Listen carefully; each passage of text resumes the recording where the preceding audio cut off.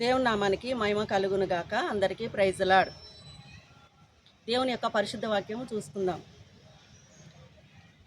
దేవుణ్ణి వెంబడిస్తే మనకేమి దొరుకుతుంది అంటే మనకేమి లాభం అని పేతురు గారు అంటున్నారు. మత్తయి సువార్త 19:27లో.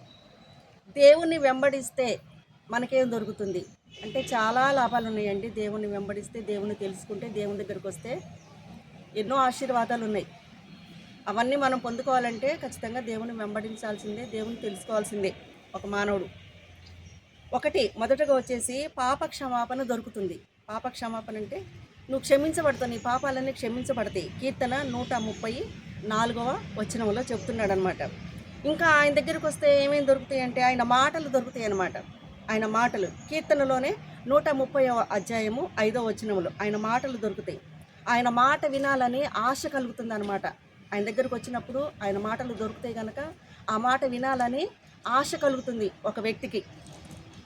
ఆయన మాటలు ఎంతో పవిత్రమైన ఏం చదువుతుండు దావీదు మహాభక్తుడు. అదే కీర్తన భాగంలో 12వ అధ్యాయము 6వ వచనంలో ఆయన మాటలు మిక్కిలి స్వచ్ఛమైనవి అని చెబుతున్నాడు.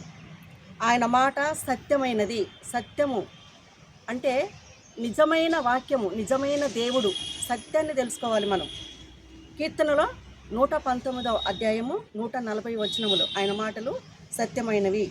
దేవుణ్ణి వెంబడిస్తే అంటే దేవుని దగ్గరకు వచ్చినప్పుడు, యెహోవా దగ్గరకు వచ్చినప్పుడు ఆయన కృపను మనం పొందుకుంటాం. ఆయన కృప మనకు దొరుకుతూ ఉంటుంది అన్నమాట.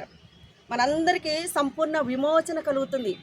ఒక వ్యక్తికి సంపూర్ణ విమోచన అంటే పాపం నుంచి, శాపం నుంచి, బంధకాల నుంచి, బలహీనతల నుంచి, అప్పుల భారం నుంచి, మరి దోషాల నుంచి విడిపించబడతాడనమాట. విమోచన అంటే తన యేసు రక్తం ద్వారా మనకి విమోచన కలుగుతుందన్నమాట. ప్రతి పాపముల నుంచి మనం విడిపించబడతాం. ప్రతి బంధకాలు తెగిపోతాయి అన్నమాట. మనం దేవుణ్ణి మరి వెంబడిస్తే ఇటువంటి అన్ని కార్యాలు జరుగుతాయి. ఎన్నో ఆశీర్వాదాలు, మేలులు జరుగుతాయి.